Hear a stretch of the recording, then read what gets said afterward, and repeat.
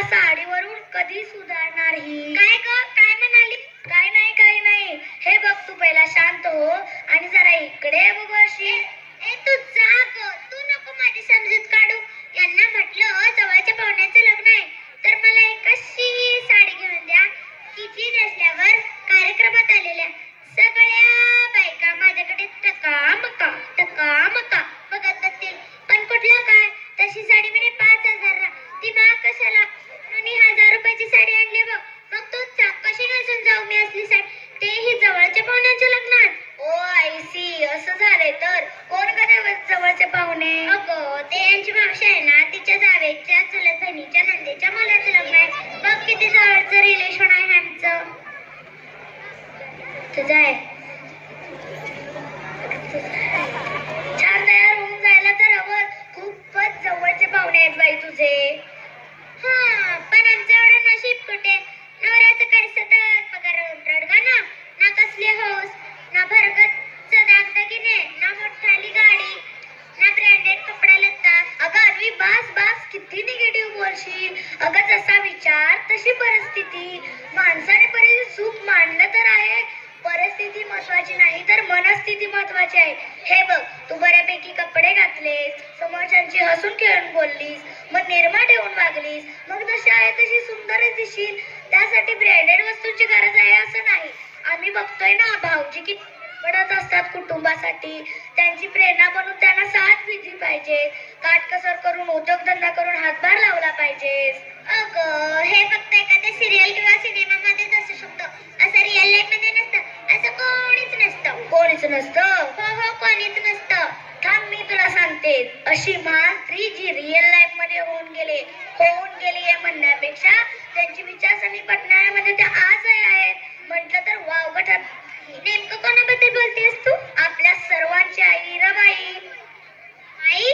कोण रमाई? नाही ना आठवत? बरोबर, कसं आठवणार? तुम्हाला फक्त सिनेमातल्या हिरोईन्स आठवतील, पण खऱ्याखुऱ्या आयुष्यातील जगप्रसिद्ध हिरोईन तुमच्या लक्षात राहणार नाही. मी बोलते त्या आपल्या सर्वांची आई, वात्सल्य आणि कारुण्याची मूर्ती रमाई भीमराव आंबेडकर. त्यांच्याबद्दल अत्यंत गरीब परिस्थितीत रमाईंनी बालपण घालवले. तेव्हा बाबासाहेबांशी रमाईंचा विवाह झाला. तेव्हा बाबासाहेबांची परिस्थिती अत्यंत हालाखीची होती.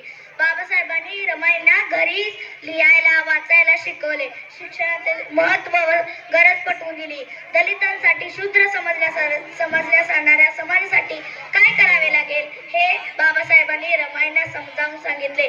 बाबासाहेब परदेशात शिक्षणासाठी निघून गेले तेव्हा त्यांच्या कुटुंबाचे प्रमुख आता त्यांचे वडील व मोठा भाऊ यांचे निधन झाले. तेव्हा संपूर्ण कुटुंबाची जबाबदारी रमाईंवर पडली.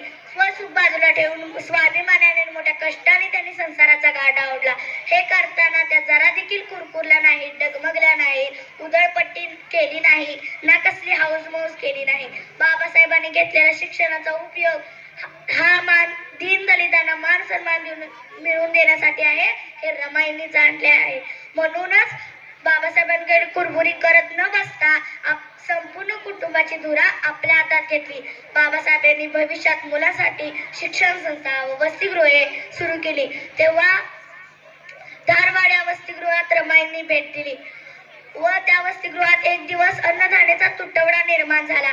तेव्हा कसलाही न विचार करता आपल्या हातातल्या सोन्याच्या बांगड्या वसतिगृहातल्या प्रमुखांना दिला व वसतिगृहातील मुले त्यांना रमाई म्हणू लागले.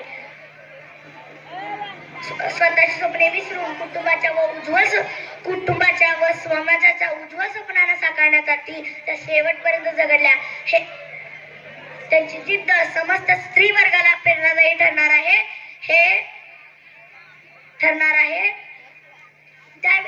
जर विचार कर, त्यावेळी जर रमाईने अशी साथ बाबासाहेबांना दिली नसती तर बाबासाहेब देशासाठी एवढे मोठे कार्य सहजपणे करू शकले असते का?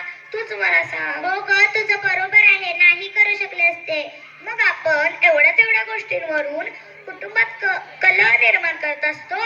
समजलं की एका वेगळ्या भाषेत समजावून सांगू.